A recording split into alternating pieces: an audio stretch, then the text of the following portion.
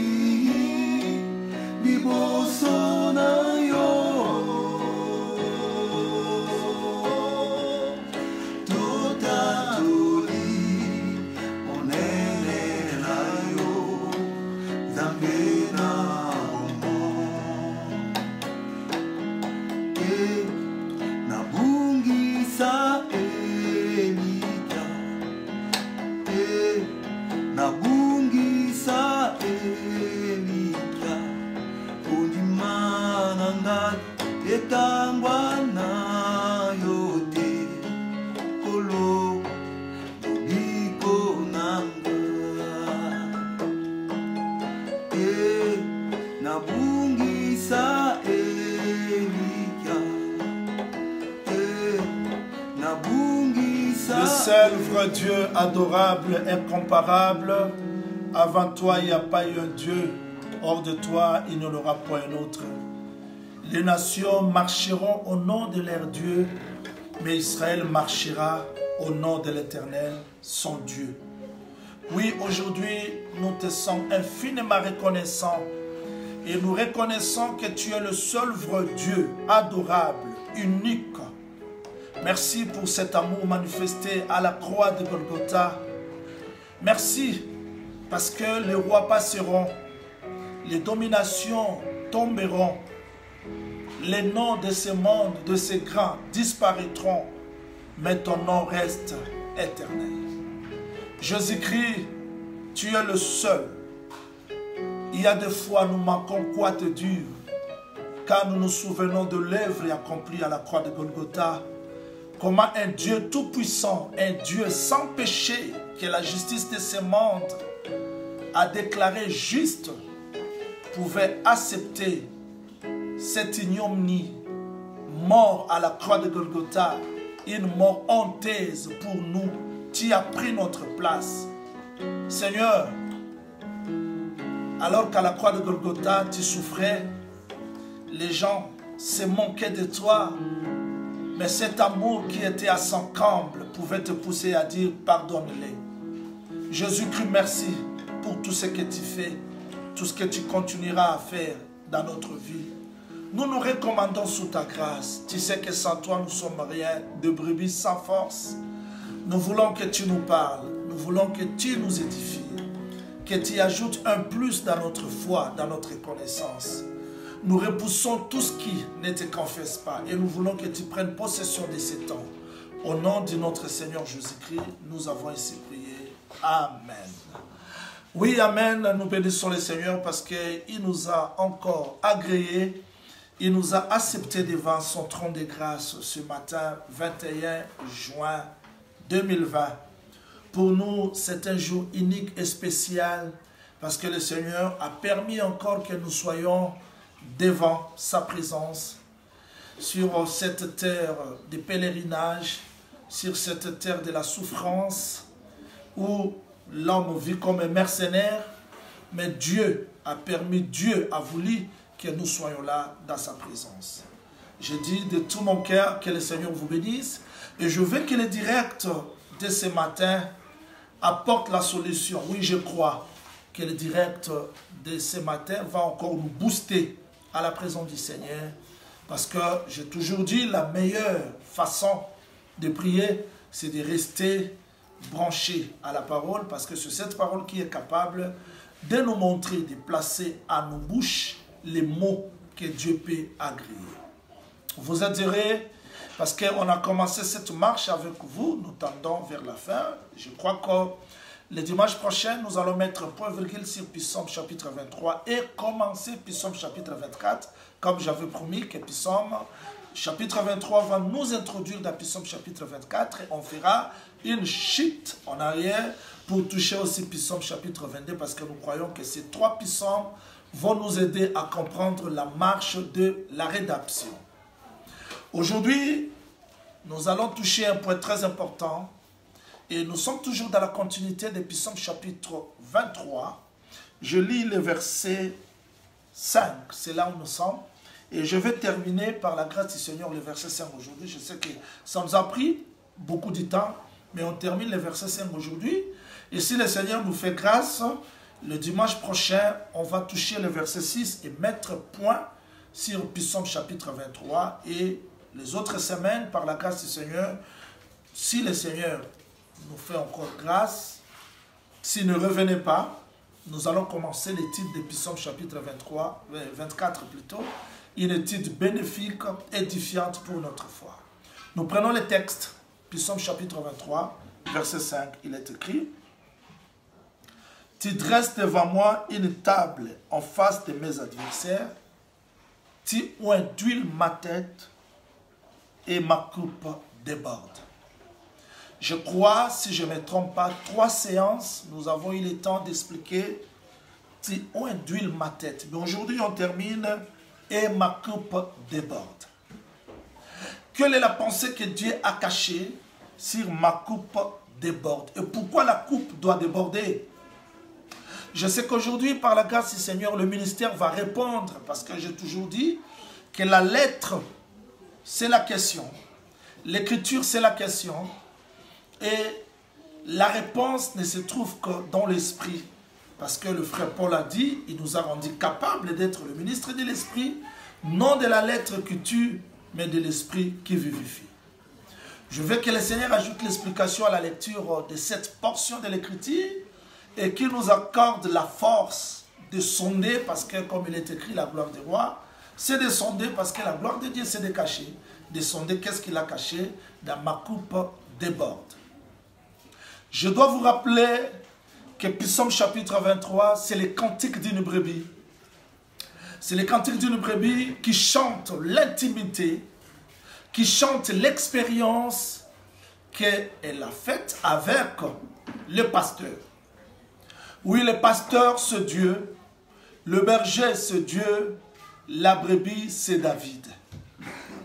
Mais je ne veux pas revenir parce que vous et moi connaissons que cette brebis, David, chantait l'expérience, chantait le parcours, les moments difficiles, les hauts et les bas, tout le temps que lui, David, a vécu dans sa marche sur cette terre du vivant. Raison pour laquelle aujourd'hui, je ne veux pas rappeler ce que je dis la fois dernière parce que par la grâce du Seigneur, on va toucher beaucoup de choses aujourd'hui.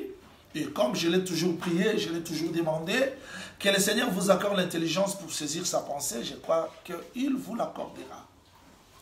L'importance de l'huile, après la traversée de la vallée, dans la vallée de l'ombre de la mort, la brebis a été en contact avec les insectes nuisibles, a été en contact avec toute espèce de choses qui peuvent la déranger, raison pour laquelle à la sortie de la vallée, quand la table est dressée, le pasteur comprend l'importance de oindre la brebis d'huile. Je l'ai dit la fois dernière, pour ceux qui ne m'ont pas suivi et pour ceux qui m'ont suivi, un petit rappel, que oindre l'huile sur la tête de quelqu'un, c'est pour l'agréer dans sa maison. Nous avons lu cela dans le livre de Luc chapitre 7, quand le Seigneur s'adressa à Simon, « Je suis entré dans ta maison, mais tu n'as pas oint d'huile ma tête. » Nous avons compris que Dieu, pour agréer l'homme, il avait besoin de verser l'huile sur sa tête pour que ce dernier ait l'accès dans sa maison, dans son royaume. Ce sont des choses que nous avions étudiées et on a compris que l'huile, c'est le Saint-Esprit. C'est-à-dire qu'on peut prier, mais sans le Saint-Esprit, nous ne serons jamais les enfants de Dieu. Et on ne saura jamais vaincre la chair, parce que je l'ai dit, quand adversaire de l'âme, c'est sa chair, ses émotions, ses sentiments. On ne peut pas vaincre ce monde corrompu, rempli.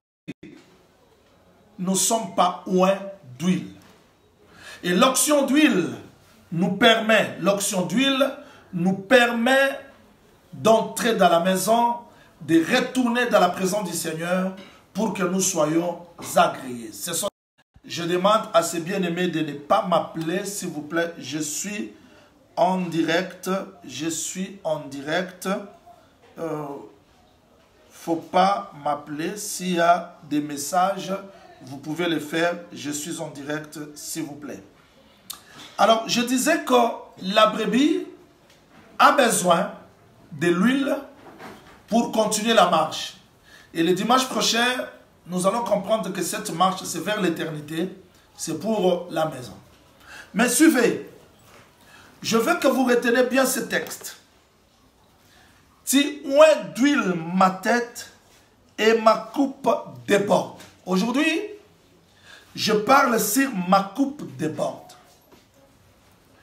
Nous avons compris que le pasteur a oint d'huile la tête de la brebis. Retenez ça bien parce que nous voulons faire une pédagogie. sans raisonner sur les Écritures, mais que les Écritures nous définissent. Déborder signifie quoi? Je ne suis pas contre la définition des dictionnaires, mais moi j'aime prêcher, j'aime définir les textes par les textes, pour ne pas raisonner. Nous avons compris que l'huile qui est versée sur la tête de la brebis a débordé. Et cette huile ne peut pas déborder si la brebis n'était pas remplie. Parce que, prenons un vase, quand on verse l'huile, si l'huile reste au milieu, ça ne peut pas déborder. Il faut que l'huile remplisse les vases. Après le remplissage, c'est alors qu'on peut parler de débordement. Je vais expliquer déborder dans Luc chapitre 6, parce que je n'aime pas raisonner. Luc chapitre 6, quand le Seigneur parle de déborder, voilà comment est-ce qu'il définit. Luc chapitre 6, verset 38. Retenez parce que je définis tout d'abord déborder dans la Bible. Donnez, il vous sera donné. On versera dans votre sein une bonne mesure, serrée, secouée et qui déborde. C'est-à-dire, on ne peut pas parler de déborder si on n'a pas versé l'huile dans un vase. Retenez bien cette formule. Et que le vase soit rempli. C'est-à-dire, pour parler de débordement, il faut que le vase ou la coupe soit remplie. C'est-à-dire, si on verse l'huile dans une coupe au milieu, on ne peut pas parler de déborder. Mais, quand on a versé l'huile sur la tête de brebis, retenez bien parce que je vais donner les pourquoi. Parce que vous savez, notre évangile explique les mouvements, donc les pourquoi de chaque mouvement de la Bible. On a versé l'huile sur la tête parce que la tête, c'est la source. La tête, c'est le centre de commandement. On a versé l'huile sur la tête et cette huile a débordé. On ne peut pas parler de déborder si la coupe n'est pas remplie. Je recommence. Première des choses, on a versé l'huile. Deuxième des choses, vase rempli. Troisième des choses, il y a le débordement. Mais pourquoi le débordement? Parce qu'il est écrit, tu oins d'huile ma tête et ma coupe déborde. Mais quand la coupe déborde, ça signifie quoi? Et pourquoi l'huile doit déborder? Je dois préciser qu'ici le pasteur fait mieux parce qu'il connaît les ennemis. Il connaît les adversaires qui sont au devant de la brebis. Et le pasteur sait que si l'huile ne déborde pas, la brebis ne peut pas vaincre.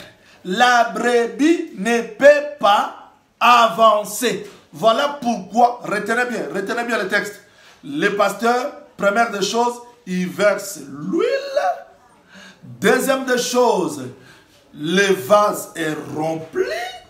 Troisième, il y a le débordement. Et aujourd'hui, nous voulons comprendre pourquoi la coupe déborde. Je reprends. Je veux que le Seigneur ajoute l'explication à la lecture de sa parole.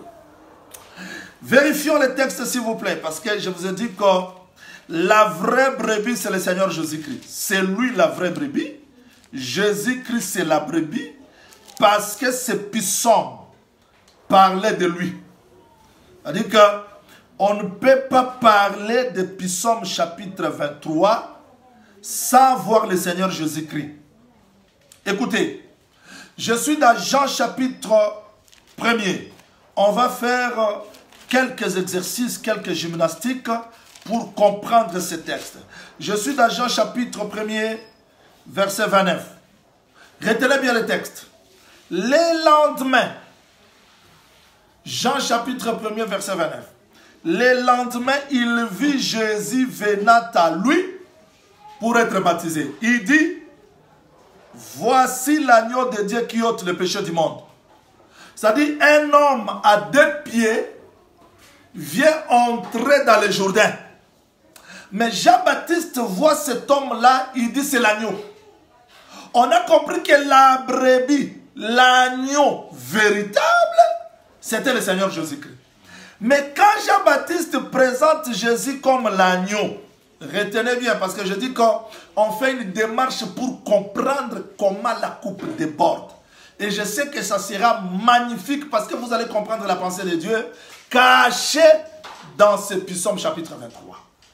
Remarquez, quand Jean-Baptiste présente Jésus-Christ comme la brebis, les pasteurs reconnaissent que cette brebis, au-devant d'elle, il y a des adversaires.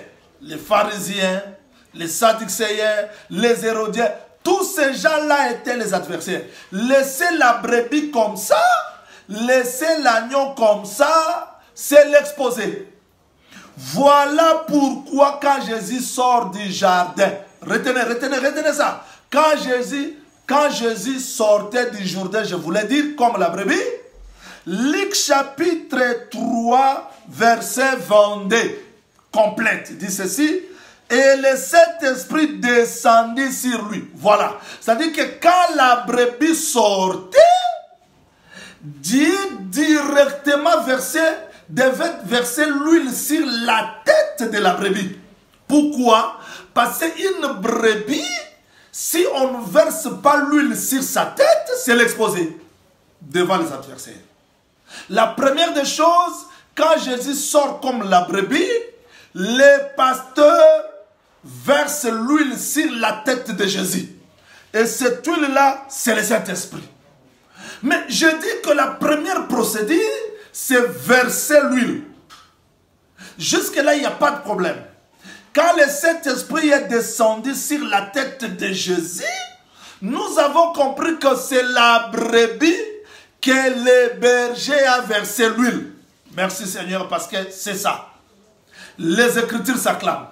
Maintenant, le texte dit, pendant qu'il revenait du Jourdain, je suis dans Luc chapitre 4, verset 1er, Jésus rempli du Saint-Esprit. Vous voyez? C'est-à-dire qu'on a versé l'huile pendant qu'il sortait du Jourdain, mais l'huile n'est pas restée au fond. Il fallait que l'huile arrive dans une mesure. Et le texte dit, Jésus rempli du Saint-Esprit. Là, c'est la deuxième procédure. Première procédure, le pasteur a versé l'huile. Deuxième des choses, on a vu le remplissage des vases. Parce qu'on ne peut pas parler de débordement d'huile si le vase n'est pas rempli. Donc quand Jésus sortait du Jourdain, le pasteur Dieu a versé l'huile. Après avoir versé l'huile sur la tête de la brebis, on voit cette huile-là n'était pas restée au fond, mais on a vu Jésus rempli du Saint-Esprit. C'est-à-dire que l'huile est arrivée au comble. Mais remarquez, parce que je dis que quand l'huile est au comble, on doit maintenant voir le débordement. Luc chapitre 4, verset 18. L'Esprit du Seigneur est sur moi, sur sa tête. Parce que cet esprit-là était l'huile qui était versée dans lui le jour du baptême. Et on a vu Jésus comme la brebis être rempli d'huile. Maintenant, on voit le débordement. Voilà, il dit, l'Esprit du Seigneur est sur moi parce qu'il m'a oint. On a compris que l'onction là, l'huile là, ce n'est pas l'onction de Nigeria, ce n'est pas l'huile des Américains, ce n'est pas l'huile de ces gens-là, mais l'huile là, c'est le Saint-Esprit. Voilà pourquoi Jésus-Christ dit, l'Esprit du Seigneur m'a oint parce que, l'Esprit du Seigneur est sur moi parce qu'il m'a oint pour annoncer la bonne nouvelle. C'est-à-dire que l'huile qui est remplie, c'est-à-dire vase rempli, maintenant le débordement, c'est ça. Pour annoncer la bonne nouvelle aux pauvres, pour guérir ceux qui ont le cœur brisé, pour proclamer aux captifs la délivrance. C'est ça maintenant le débordement. C'est-à-dire le débordement d'huile les débordements d'huile, voulais-je dire, c'est pour faire bénéficier aux gens qui entourent le vase la grâce qui est sur la tête. Et nous avons vu Jésus-Christ en réalité, lui qui avait le Saint-Esprit sans mesure, une fois qu'il est rempli, on doit maintenant voir les débordements. Je vais chercher un autre témoin pour vous aider à comprendre qu'il y a la procédure. Et vous aurez la réponse pourquoi les ennemis nous résistent aujourd'hui. Parce qu'il n'y a pas de débordement d'huile. Je vais revenir. Je ne vais pas anticiper. Nous avons vu Jésus comme la brebis. On a versé l'huile sur sa tête. Et l'huile remplit les vases. Et il y a les débordements. Donc quand on parle de débordement, c'est-à-dire que l'huile commence le voyage. L'huile commence à affecter les gens qui sont à ses côtés. Et le débordement ne peut pas être possible pour quelqu'un qui n'est pas rempli d'huile. Impossible. Impossible. Et vous aurez la réponse pourquoi les églises ne croissent pas. Vous aurez la réponse pourquoi les païens qui sont à côté de nous restent des païens. Parce que si on est rempli d'huile, il faut qu'on voie les débordements. Et les débordements, c'est ça la vie. C'est pour affecter le monde. Je vais y revenir. Mais cherchons un texte s'il vous plaît. Cherchons un texte. Vous allez comprendre quelque chose qui va nous aider. Je suis dans Juge. Juge chapitre 6.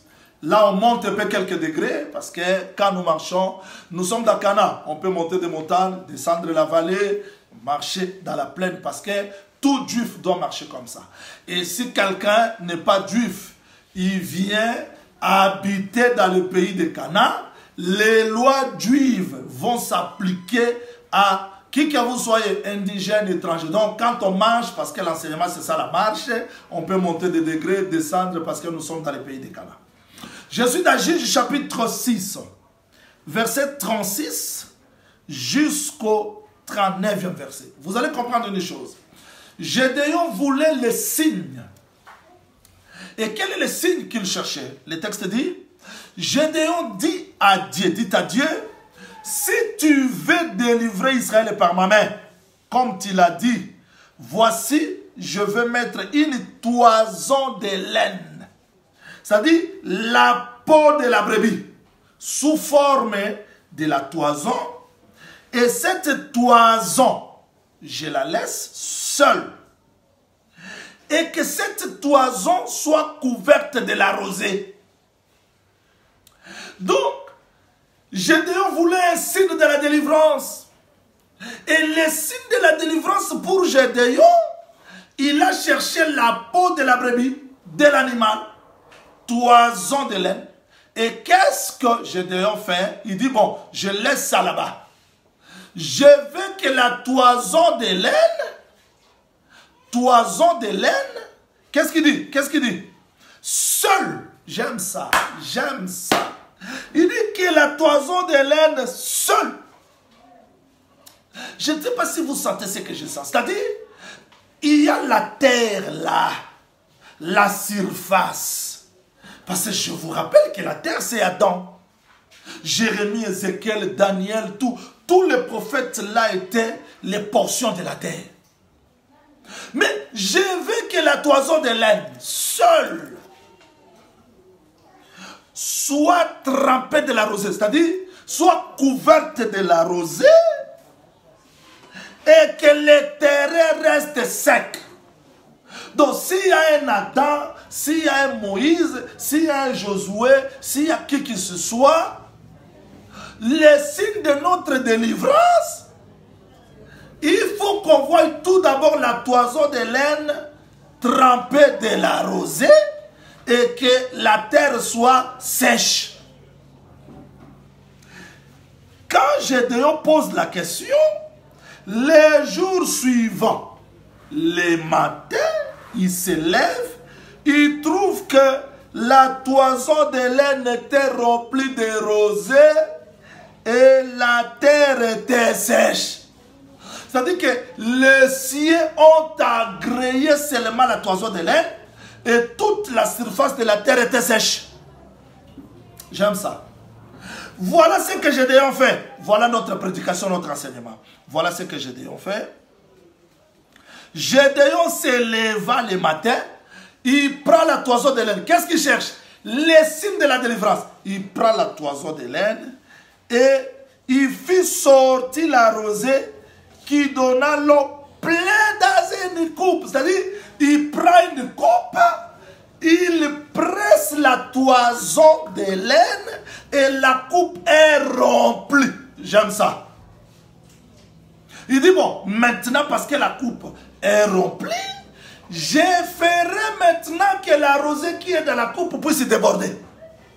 Voilà pourquoi le deuxième signe dit, je veux que cette fois-ci, la rosée ne se couvre plus, la toison de laine, mais que la terre soit trempée de la rosée. Vous voyez, la terre ne peut pas être trempée de la rosée si cette coupe-là n'était pas pleine. En un mot, je veux dire que toute la surface de la terre représentait l'humanité, représentait tous les prophètes, représentait tout le monde, tous les prophètes. Aucun d'eux n'était rempli du Saint-Esprit. Vous savez pourquoi? Parce qu'il n'y avait qu'un seul qui devait être rempli du Saint-Esprit.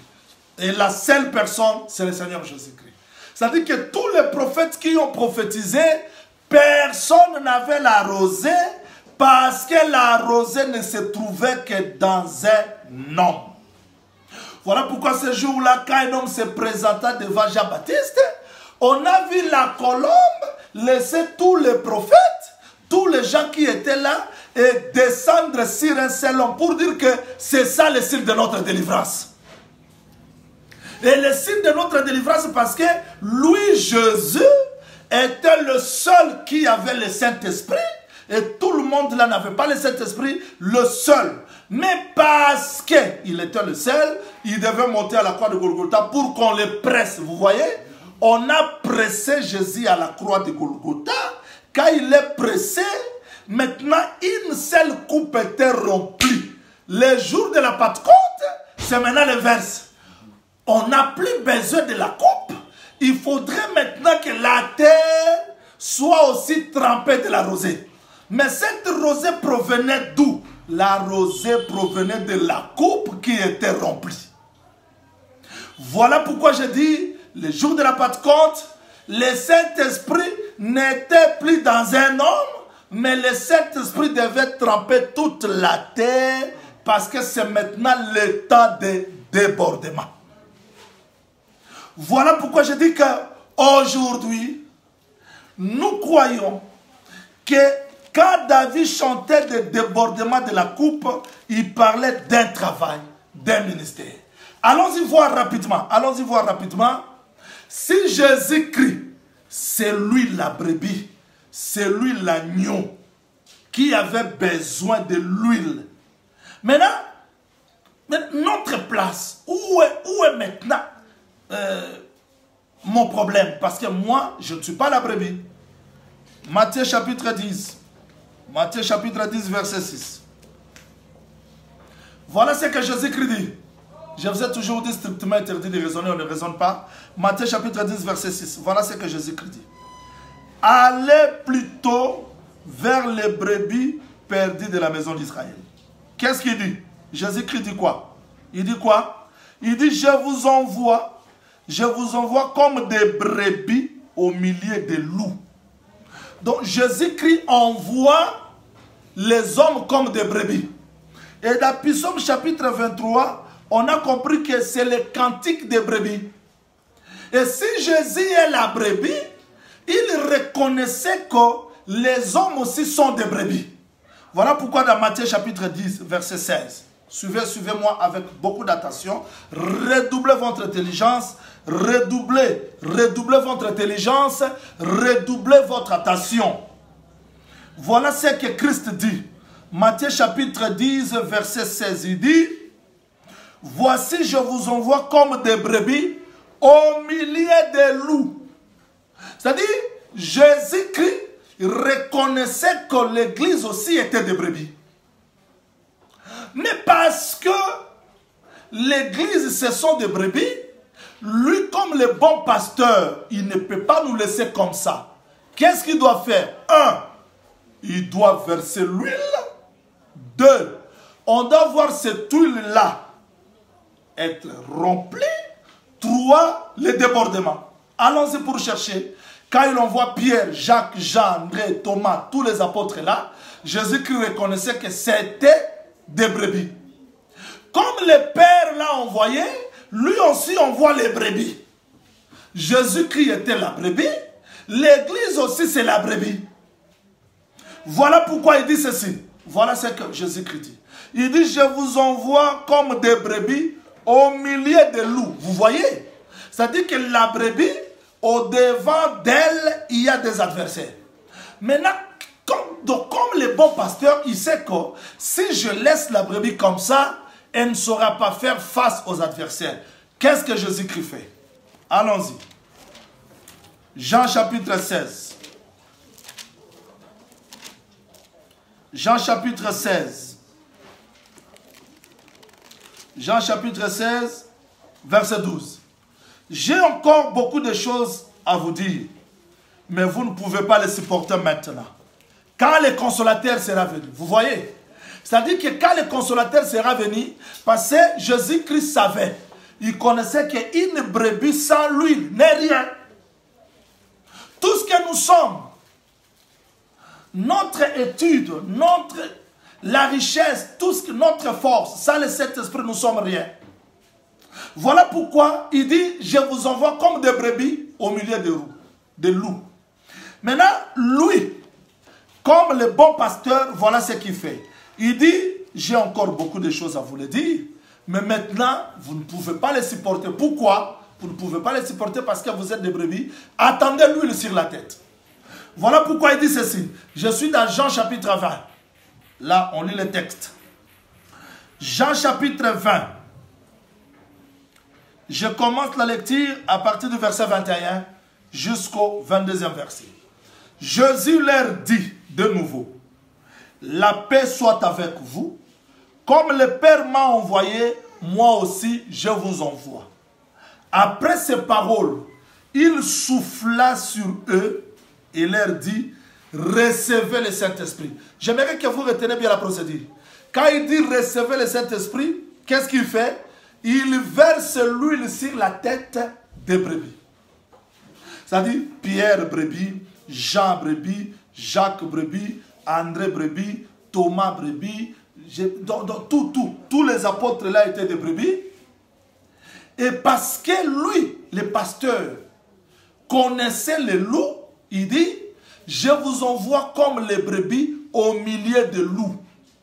Mais vous ne pouvez pas porter toutes ces choses maintenant. Attendez. Qu'est-ce qu'ils attendaient? L'huile. Après sa résurrection, parce que comme je vous ai dit, qu'on ne donne pas l'huile avant la vallée. Après la vallée, qu'on doit verser l'huile. Quand il meurt, il ressuscite, il rassemble les apôtres. Il recommence le même message. Il dit, comme le Père m'a envoyé, moi aussi je vous envoie. Après ces paroles, il souffla sur eux. Je ne sais pas si vous voyez la même répétition. Quand Jésus-Christ sortait du Jourdain, avant de commencer le ministère, la colombe descendit sur sa tête, c'était le Saint-Esprit. Et Jésus aussi, après Jourdain, parce que le vrai Jourdain c'est la mort et la résurrection. Après la résurrection, ils appellent, donc Christ appelle les brebis, c'est-à-dire que les pierres, les gens de tout consort, il verse l'huile sur leur tête. Il dit, recevez le Saint-Esprit. Mais quand ils ont reçu l'huile, ils ne pouvaient rien faire parce qu'ils devaient attendre les remplissages. Ça sera mon message d'aujourd'hui. Recevoir le Saint-Esprit, recevoir la parole, recevoir Dieu, à travers la prédication, il faudrait que cette parole croisse. Il faudrait que cet enseignement croisse à nous remplir. C'est-à-dire, quand Jésus a dit à Pierre, à Jacques, recevez le Saint-Esprit, ils ont reçu parce que c'est ça l'huile. Mais l'huile, quand l'huile est versée dans une coupe, on a besoin de voir le remplissage et le débordement. En notre prédication aujourd'hui, que ma coupe déborde. Nous avons vu comment est-ce que la coupe a débordé dans la vie de Jésus. Les morts ressuscités, les aveugles ont vu, les boiteux ont marché, parce que la coupe était remplie et ça débordait. Maintenant les apôtres, après avoir reçu l'esprit, ou après que le pasteur ait versé l'huile, ils ne pouvaient pas travailler. C'est là où on se pose trop de questions aujourd'hui. J'ai fait 20 ans dans l'église, 30 ans dans l'église. J'ai la connaissance. Ce n'est pas le tout. On a besoin pas seulement de recevoir l'huile, mais que l'huile remplisse nos vies et que l'huile ne nous remplisse pas seulement, mais que l'huile aussi déborde. Ma soeur, toi qui as un mari païen, ce mari ne peut pas être affecté si l'huile qui est dans toi ne déborde pas. Et c'est très important. Que ma coupe déborde. Donc Pierre était une coupe. Quand Jésus-Christ disait, recevez le Saint-Esprit, il a versé l'huile. Mais qu'est-ce qu'on attendait? On attendait quoi? Les remplissages. Actes chapitre 2. Allons-y. Actes chapitre 2. Actes chapitre 2. Je commence dans le premier verset. Je vais sauter. Je sais que le frère Jean Didier va mettre ça dans l'ordre. Le jour de la Pentecôte, ils étaient tous ensemble dans le même lieu. Tout à coup, il vint du ciel un bruit comme celui d'un vent impétueux et remplit toute la maison où ils étaient assis. Des langues semblables à des langues du feu leur apparurent, séparées les unes des autres et se posaient sur chacun d'eux. Maintenant, l'huile qui était versée remplit maintenant le vase. Merci Seigneur.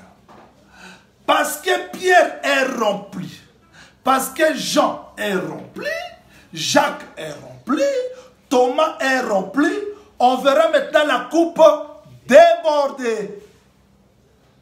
Comment la coupe a débordé dans la vie des apôtres? Actes chapitre 2, verset 36, 39e verset. Là, le frère Pierre est clair. Il dit, répentez-vous, que chacun de vous soit baptisé au nom du Seigneur Jésus-Christ pour le pardon de vos péchés et vous recevrez les dons du Saint-Esprit. Car la promesse est pour vous, pour vos enfants, pour ceux qui sont au loin, et aussi un grand nombre que le Seigneur notre Dieu les appellera. Là, on voit la coupe déborder. Voilà pourquoi dans Actes chapitre 10, verset 33, quand vous descendez jusqu'au 40, vous allez voir que quand Pierre prêchait dans la maison de Corneille, on a vu la maison de Corneille être baptisée du Saint-Esprit parce que la coupe a débordé.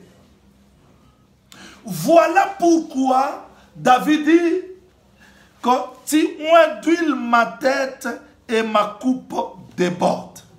C'est-à-dire le remplissage de la coupe. Quand le Saint-Esprit remplit, ça doit déborder. Ah, c'est là où nous avons des problèmes. On a prié, on a gêné, on a veillé, mais il n'y a pas de réponse, il n'y a pas de changement, parce que la dette de l'homme ne peut pas être payée. La dette de l'homme ne peut pas être payée si il n'est pas rempli. Le remplissage, c'est ce que 2e Roi chapitre 4 nous a montré. Je crois avoir frôlé ça le dimanche passé, mais aujourd'hui, je ne serai pas entré parce que j'ai trop à dire. Quand la femme du prophète est allée demander au prophète qu'est-ce qu'elle devait faire parce que les créanciers étaient venus pour réclamer les enfants, qu'est-ce que le prophète a dit? Tu ne peux pas payer ta dette seulement par des jeûnes et prières, Mais il a montré. Qu'est-ce qu'il a dit? Qu'est-ce qu'il a dit? Il dit quoi? Et qu'est-ce que la femme a fait? Vérifiez ensemble avec moi. Je suis dans 2 Rois chapitre 4. 2 Rois chapitre 4 verset 6. Lorsque les vases furent pleins, voilà. On ne peut pas payer la dette si les vases ne sont pas remplis. Mais bien aimés, si nous avons des problèmes de difficultés aujourd'hui parce qu'on reçoit la parole, mais cette parole ne nous remplit pas. Aujourd'hui, on est chrétien, demain, on est païen.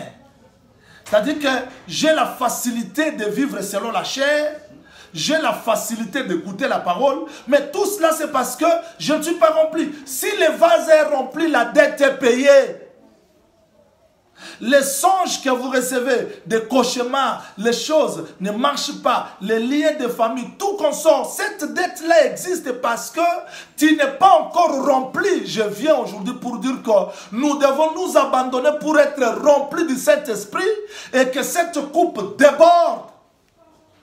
Écoutez, le texte dit, lorsque les vases furent pleins, elle dit à son fils, présente-moi encore un vase. Mais il lui répondit, il n'y a plus de vase. Et lui, il s'arrêta. Et il alla les rapporter à l'homme de Dieu et dit, va vendre, paye ta dette et tu vivras, toi et tes fils, de ce qui restera. Mais qu'est-ce qui a payé la dette? C'est l'huile qui a rempli les vases. Voilà pourquoi Jésus crie dans les festins des noces, dans Jean chapitre 2, alors que Marie avait besoin du vin, Jésus-Christ a dit, remplissez les vases. Quand les vases seront remplis, vous n'allez pas chercher les miracles. On cherche les miracles, on changea des églises, on monta des montagnes. Les miracles ne se trouvent pas là-bas. Les miracles se trouvent dans toi. Si la parole te remplit, si le Saint-Esprit nous comble, il y aura alors le débordement. Et quand il y a le débordement, le prix est payé. Quand il y a le débordement, il y a le miracle. Quand il y a le débordement, il y a la solution de nos vies.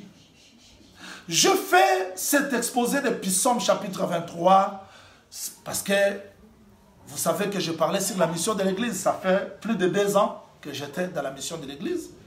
Mais c'était au mois de mars que le Seigneur m'avait inspiré de partager avec vous, avec nous, Psaume chapitre 23. Et Psaume chapitre 23, c'est pour répondre à nos questions. Le vécu quotidien, trop d'échecs, trop de défaites. Beaucoup de gens ont peur de sorciers, beaucoup de gens ont peur de défis, de difficultés. Mais je dis que vous n'allez pas craindre les difficultés, les épreuves, parce que ça vous suivra partout tant que vous vivrez sur la terre. Le péché est là, convoitise est là, le combat est là. Tu n'as pas besoin de te poser trop de questions. Mais le problème est que tu sois rempli du Saint-Esprit. L'huile, si nous sommes remplis du Saint-Esprit, c'est tout. La dette sera payée. Je vais vous montrer l'importance d'être rempli du Saint-Esprit. On va développer l'intimité. Cet homme, Jésus-Christ, il nous a montré le secret d'être rempli du Saint-Esprit. Parce que c'est ça le secret de paiement de la dette. Que le vase déborde, que ma coupe déborde. Le débordement, c'est ce que cette femme a fait. Écoutez-moi. Quand la toison de laine était remplie de rosée, Deutéronome 32, 1, 2 explique la rosée comme la parole. Et la parole, c'est ça l'esprit. Une fois que l'homme est rempli de l'esprit, il va développer l'intimité avec le Seigneur. Et cette huile-là va commencer à déborder. Il y aura la solution. Il y aura la réponse à toutes nos questions parce que l'huile nous rend plus forts, plus puissants. Frère Paul nous répond dans Éphésiens chapitre 5. Voilà pourquoi il insiste. Éphésiens chapitre 5, verset 18, ce verset vous le connaissez. Permettez que je puisse relire pour vous. Éphésiens chapitre 5, il dit, ne vous enivrez pas de vin, c'est de la débauche. Soyez au contraire remplis de l'esprit. Donc, ce n'est pas seulement recevoir le Saint-Esprit, mais être rempli du Saint-Esprit, c'est ça, le vase qui est rempli d'huile Maintenant, on peut parler de débordement. Que ma coupe déborde. Que ma coupe déborde. Or, ta coupe, quand elle déborde, les ennemis vont fuir. Les ennemis vont disparaître parce que quand l'huile déborde dans la coupe, nous avons la victoire devant les adversaires. Mais je parle de l'huile. Ma coupe déborde. Je termine, la coupe déborde par ce verset. Là, on monte quelques degrés pour terminer. On monte quelques degrés pour terminer. Tu induis ma tête et que ma coupe déborde. Psaume chapitre 92. Psaume 92, verset 11. J'aimerais que vous saisissiez la pensée du Seigneur sur ce texte. Pour les bien-aimés qui me suivent sur WhatsApp, supporter ces interruptions-là, ce sont les appels que les gens font. Voilà pourquoi vous aurez l'audio de 9 minutes, 10, 30. Supportez, suivez ça dans l'intégrité, vous serez bénis. Pour ceux qui n'ont pas l'accès dans notre direct de Facebook. Psaume chapitre 92, Psaume 92, verset 11. Le texte dit ceci. S'il vous plaît, ceux qui ont des textes, lisez ce verset ensemble avec moi. Parce que c'est là où nous allons terminer. Tu induis ma tête et que ma coupe déborde. Nous allons terminer ça là-bas. Tu me donnes la force du buffle. Quelqu'un va me poser la question, prophète Jean, nous sommes dans la brebis. Qu'est-ce qu'on est allé faire dans le buffle? Ésaïe chapitre 34, verset 16. Consultez les livres de l'Éternel. Lisez. Ni l'un ni l'autre manquera. Aucun d'eux ne fera défaut, car c'est sa bouche qui l'a ordonné et c'est son esprit qui les rassemblera. Donc l'esprit, c'est le ministère des Corinthiens, chapitre 3, verset 5-6. Il nous a rendu capables d'être le ministre de la nouvelle alliance de l'esprit, non de la lettre. Le ministère doit rassembler. Maintenant, on cherche. David dit, tu me donnes la force du buffle. Oh, c'est-à-dire David n'était pas seulement la brebis, il était aussi buffle. Comment un homme peut être brebis, buffle? Avançons. Tu me donnes la force du buffle. Je suis arrosé avec une huile fraîche. C'est-à-dire, quand l'huile arrose la tête d'un homme, l'homme aura la force du buffle. Comment Jésus crie un agneau, une brebis? Quand Jean-Baptiste présente Jésus, il dit c'est un agneau. Un agneau ne peut pas faire de dégâts. Un agneau ne peut pas combattre. Mais David chante. Quand l'huile est répandue sur sa tête, il devient fort comme le buffle. Je veux que ses ennemis, je veux que tes ennemis disparaissent. Mais ces ennemis ne peuvent pas disparaître si l'huile ne te rend pas fort comme buffle. Le texte dit que tu me rends fort comme buffle parce que tu oins d'huile fraîche ma tête. Jésus, oui, il était brebis, agneau. On pose la question, il dit, est-ce que c'est toi, le roi des Juifs? C'est toi. Mais ce même homme, Jésus, quand il est entré dans le temple, il n'était plus agneau, buffle.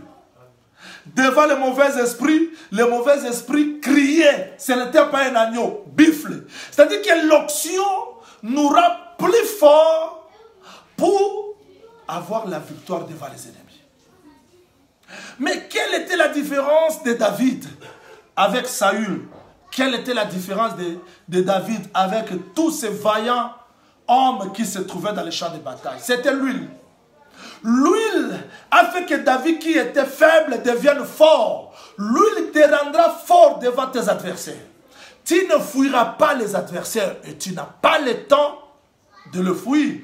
Mais l'huile sur ta tête te rendra plus fort. David était un jeune homme. Mais l'huile l'a rendu comme le buffle. Vous savez le buffle? Le buffle c'est un animal sauvage. Mais la brebis c'est un animal domestique. C'est-à-dire que c'est comme Joseph, il était à la fois taureau, buffle.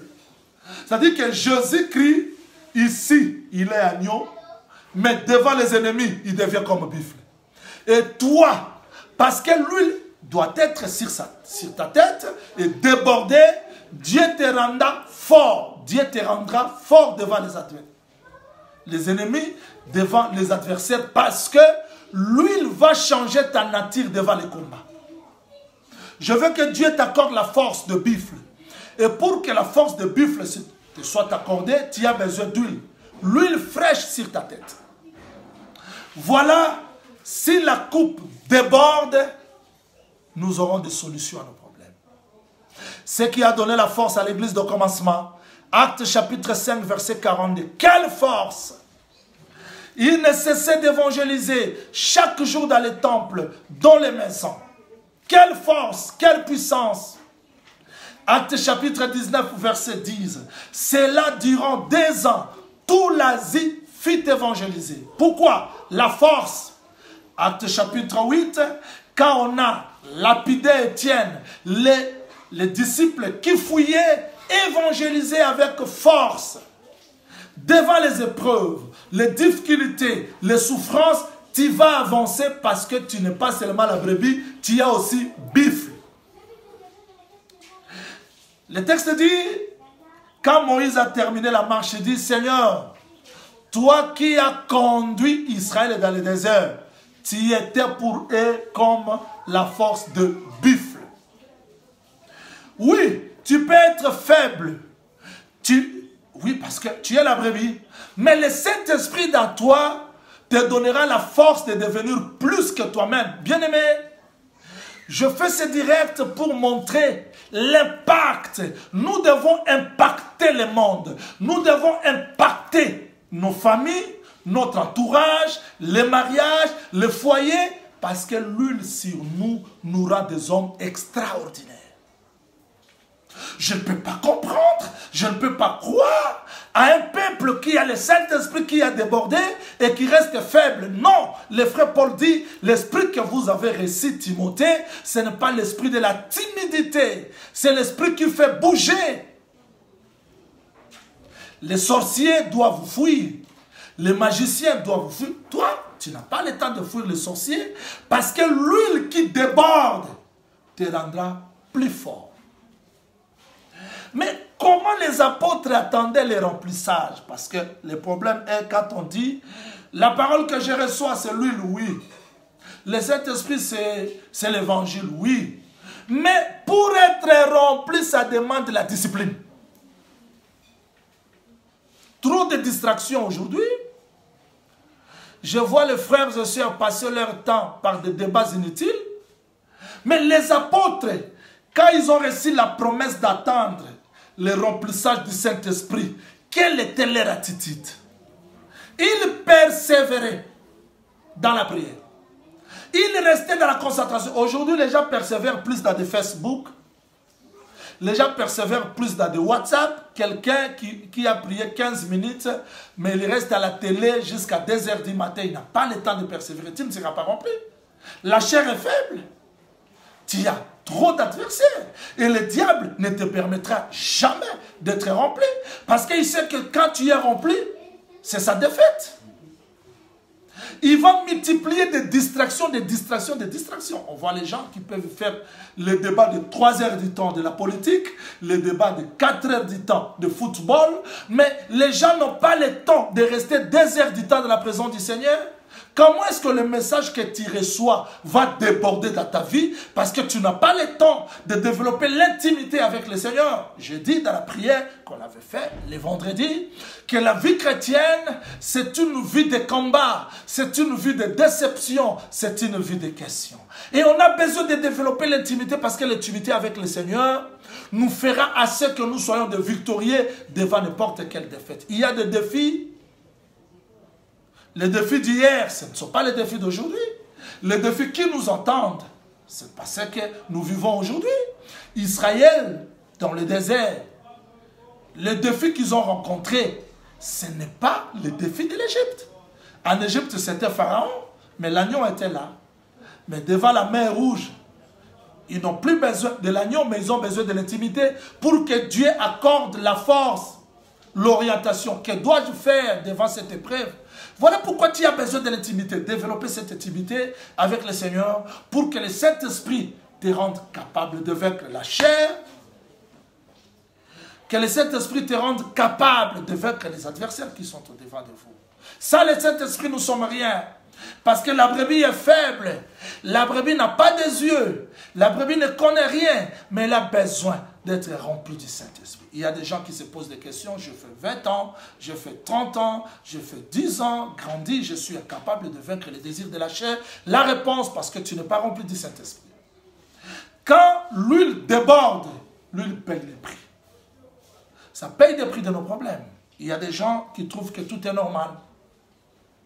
Les mariages deviennent difficiles, ils trouvent que tout est normal. Les affaires ne marchent pas, tout est normal. Non, non, tout n'est pas normal. On doit se poser des questions. Parce que s'il y a la dette, tu ne vas pas avancer. Et cette dette se voit par des songes, par des visions, par des contretemps que tu rencontres dans ta vie. Voilà pourquoi tu as besoin d'être rempli du Saint-Esprit. Parce qu'une fois rempli du Saint-Esprit, on aura la solution à tous nos problèmes. Prophète Jaouli, qu'est-ce que je dois faire? J'invite déjà les chantres. Qu'est-ce que je dois faire? Parce que j'ai besoin que ma coupe déborde. Tu as besoin de chercher l'intimité. Tu as besoin d'une vie de discipline. Vivre sur cette terre, ce n'est pas facile parce que le diable ne te donnera jamais le temps de la prière.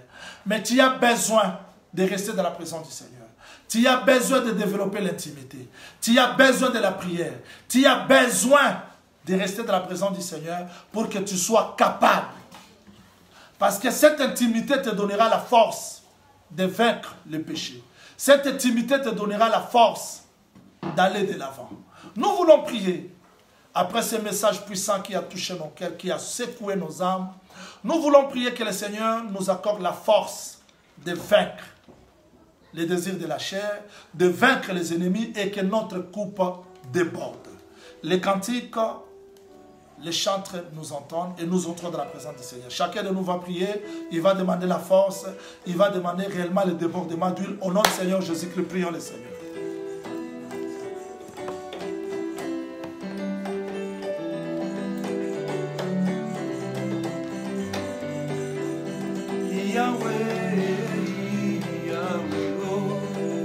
Masia yenkolowe bunwele kaye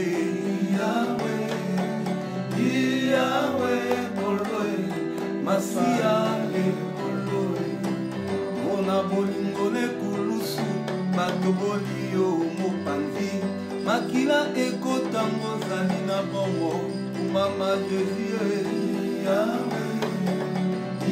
Yahweh kolowe Masia Lobina Yesu metre nana botika yoteo Isika yoko kende nape lopora Nakotina ma Yesu Yahweh koloe Masia koloe Likambo ya kokamwa petela mimami na bomoto Akati bitoi ya suta wanae Ipesi kokamwa Yahweh koloe, Masia koloe. Oyo salubina petero zongisa mopanga. Eza bitumba ya nzoto te tika molimo.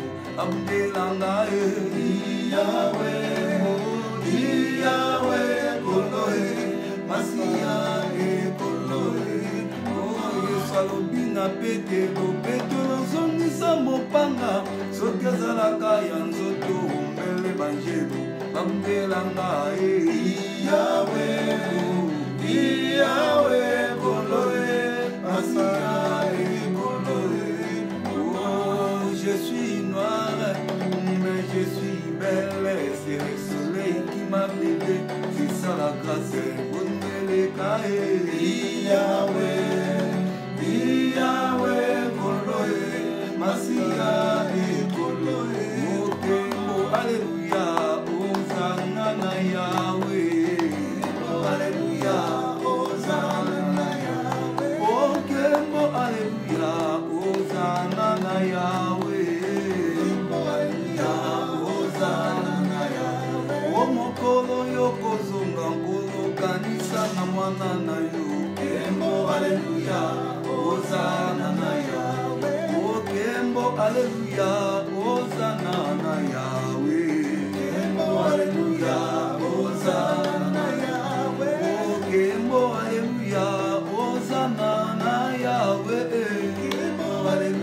présenter au Seigneur tes faiblesses, tes manquements, ce qui t'empêche de laisser le Saint-Esprit travailler dans ta vie. Seigneur, ma faiblesse, c'est l'impudicité. Ma faiblesse, c'est l'ivrognerie. Ma faiblesse, c'est l'orgueil. Ma faiblesse, c'est les mensonges. Ma faiblesse, donc, présente au Seigneur tes faiblesses pour que ce Dieu-là vienne t'aider et que tu sois capable d'être rempli du Saint-Esprit. Prions au nom du Seigneur Jésus.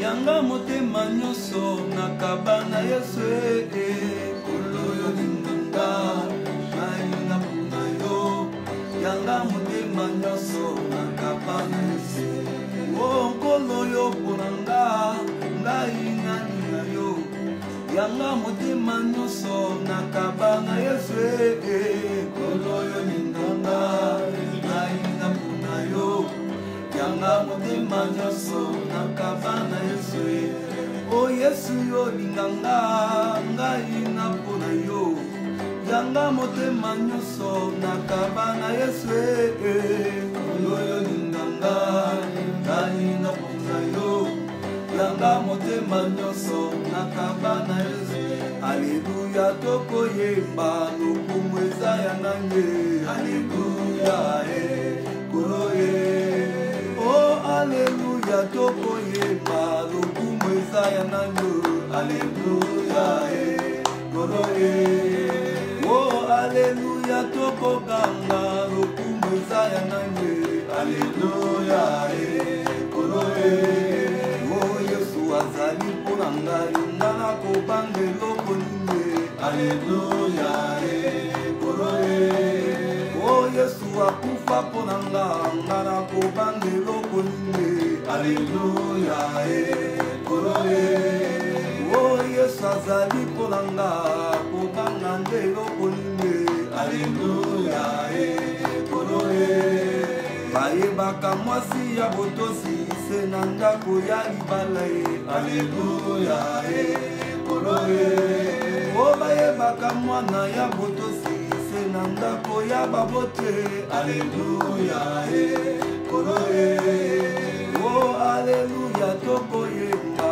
lokumu eza ya nani Alléluia koloye o Alléluia tokoganga lokumu eza ya nani Alléluia koloye o yemba Alléluia yemba Alléluia o yemba Alléluia o yemba Alléluia naina yemba pona yo naina yemba pona yo mapalo banga na yoka yo likia na ngai yo makasi ya basantu naina kende ko wapi o yemba Alléluia o yemba Alléluia naina yemba pona yo o yemba Alléluia naina bina pona yo.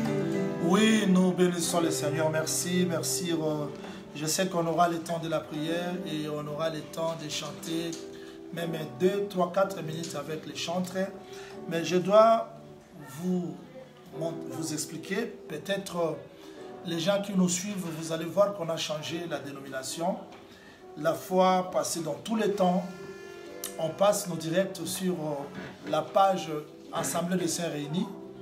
Mais à partir d'aujourd'hui, cette page-là, on l'a changé ça dans Radio, Télévision, La Voix de l'Époux. Radio, Télé, La Voix de l'Époux, parce que bientôt là, nous allons lancer notre chaîne. On a besoin de vos soutiens, de vos contributions. Que Dieu bénisse les bien-aimés qui commencent déjà à soutenir cette œuvre, parce que nous voulons atteindre la plupart des gens partout dans le monde. Et la chaîne de la télévision, bientôt, on va la lancer. On a besoin de vos contributions, de vos moyens. Raison pour laquelle vous allez voir qu'aujourd'hui, on n'a pas fait le direct sur la dénomination Assemblée des Saints Réunis. On a fait le direct sur Radio, Télé, La Voix de l'Époux. Et on a besoin de votre soutien parce que bientôt là, nous allons lancer. Il a fallu que la radio soit lancée cette semaine, mais peu de moyens, il faut mettre tout en ordre. Peut-être la semaine qui va commencer, nous allons lancer radio-télé La Voix de l'époux pour nous soyons un peu libres de parler, d'atteindre les gens. Si par vos moyens, par vos contributions, les gens sont sauvés, Dieu ne sera pas ingrat. Et Dieu n'est pas ingrat pour oublier tout ce que les gens font en son nom. Avec $100, 200, 500 000 selon vos moyens, nous pouvons atteindre les gens.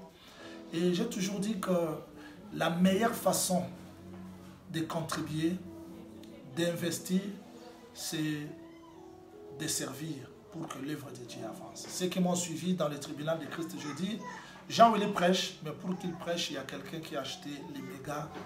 On ne voit pas la personne qui a acheté les mégas, mais on voit Jean-Willy.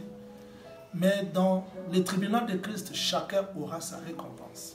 Chacun aura sa récompense, parce que j'ai parlé ça hier pour ceux qui m'ont suivi. Chacun aura la louange qui lui est dit. Le salut, c'est ce qu'on a reçu à la croix, mais la récompense, c'est pour l'œuvre que chacun accomplisse pour l'œuvre du Seigneur.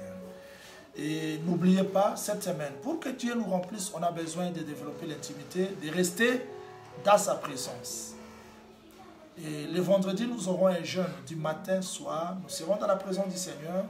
Et la prière sera orientée dans les groupes WhatsApp Constellation. Là, on a besoin de sujets de prière. Et la prière, nous allons prier comme d'habitude. 10h, 12h, 14h, jusqu'à 18h, nous allons clôturer. Et n'oubliez pas le rendez-vous de chaque jour, 22h, nous sommes dans la présence du Seigneur. 4h du matin dans la présence du Seigneur, dans les groupes Constellation. Que le Seigneur Jésus-Christ vous bénisse. Les chantres continuent à chanter et nous allons nous séparer. Soyez bénis. Les rendez-vous, c'est pour les dimanches prochains. Ciao. Continue. Alléluia.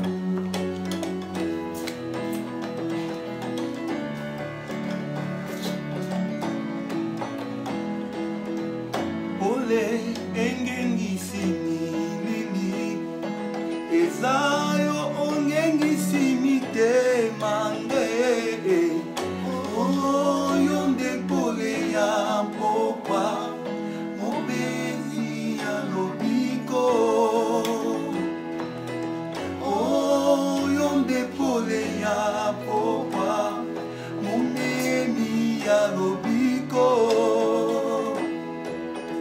nanyambe mama yina elamba kaka yo lipata na nkembo osoba mayambo na mabele tosanga na bomoko osoba mayambo na mabele tosanga na bomoko lingenda etimbola libulu Elisa libota na nzambe olingende bota fololo lisekwa basantu olingende bota fololo lisekwa basantu bokeli nyonso bombio yawe ofambi kati na bikelamu ndenge nini ngawa yo nakauka nazanga maloba bokeli nyonso bombio yawe ofambi kati na bikelamu ndenge nini ngawa yo nakauka nazanga malo